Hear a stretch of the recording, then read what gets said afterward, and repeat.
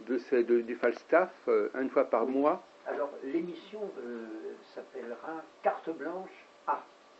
Et le premier invité sera précisément Marielle Turpot, qui a écrit.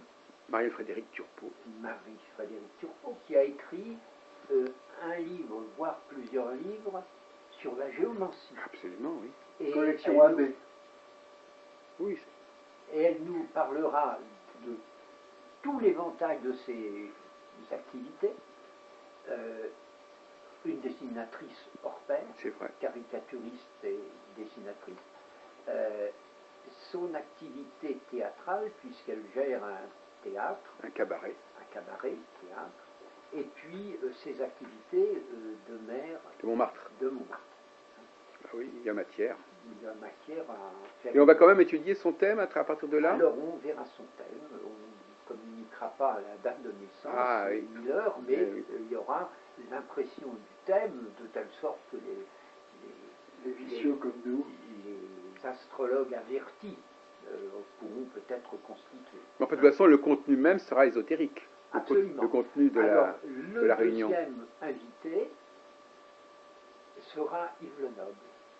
Il nous parlera des deux voies qu'il maîtrise brillamment, d'une façon brillantissime, c'est-à-dire les cycles planétaires et l'astrologie ancienne. Oui, l'histoire de l'astrologie. L'histoire de l'astrologie et l'astrologie commentaires sur tous les. Donc là, pour l'instant, on reste sur des valeurs de gens qui sont appartiennent au milieu ésotérique. Mais j'aurai aussi très prochainement des chanteurs. Je vais recontacter mon ami Bernard Lavillier aussi, puis bien d'autres, qui ont, je pense, le plaisir d'être présents. Hein. D'accord. Alors, la première séance, celle de Marie-Frédérique Turpot, aura lieu non pas en avril, parce que le 3e dimanche d'avril tombe le jour de Pâques. Les Parisiens sont à Trouville ou en Bretagne, il fait toujours beau, mais aura lieu le 3e dimanche de mai. Je pense que, après son accord, le noble honorera de sa présence le 3e dimanche de juin. C'est ça, ça sera le 3e dimanche de chaque mois. Vraisemblablement. Et même pendant les vacances d'été, je pense que les vacances d'été, oui, je pense qu'il y aura quelque chose. Mais il faut du monde.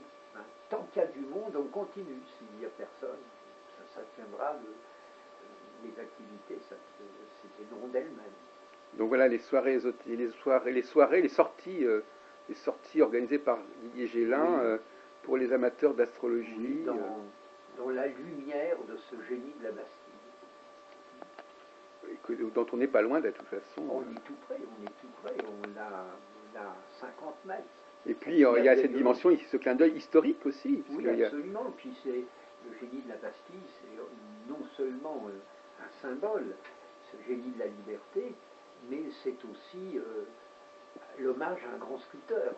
Dumont était un merveilleux sculpteur dont j'ai fait le thème.